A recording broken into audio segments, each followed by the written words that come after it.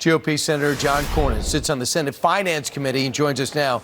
Senator, I'm sure you know about what's going on with these two regional banks. We know that they're belly up, and a lot of people are nervous today. What do you think the president's going to say? Well, I hope the president can calm the waters. There's no reason for people to panic. The federal deposit insurance will protect people whose deposits are $250,000 and less. And my understanding is this bank was making longer-term investments and wasn't ready for the spike in interest rates caused by the Fed raising discount rate. But hopefully there'll be a smooth transition to a new bank who will protect all depositors without the taxpayers being on the hook. Yeah, I mean, you're the expert, but I mean, and these guys run banks, but did they not know rates were going up? It's been the most telegraphed thing in finance.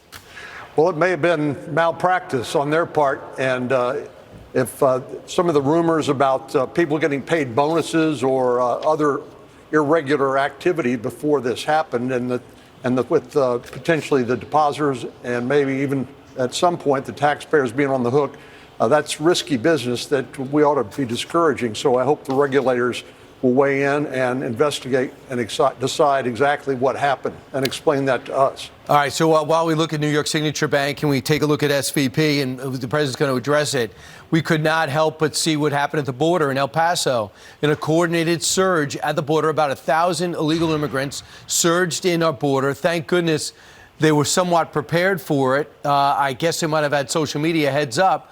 But when you see video like this, even though you're used to the collapse of the border, what are your first thoughts, Senator?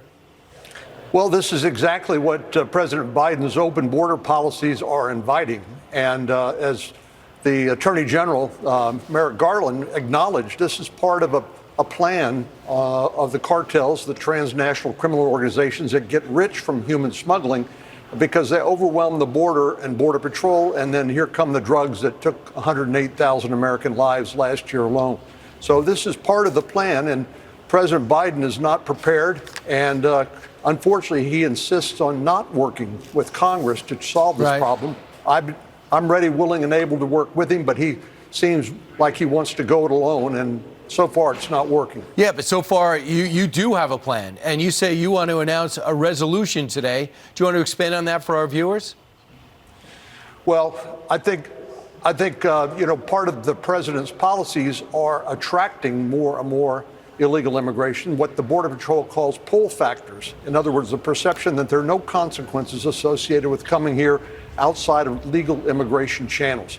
So once again, I think the president will try to go it alone. We're going to introduce a Congressional Review Act, which is a way Congress can overrule that administrative rule, because I believe it will do nothing but make things worse and not better. Right. You have a Senator Menendez who feels the exact inverse of Senator Cornyn.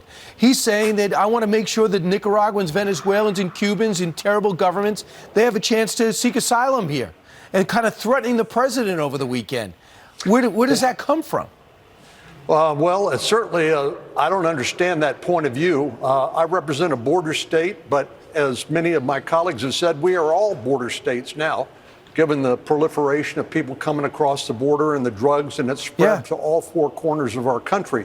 So I don't understand those who say, no, we want more of this.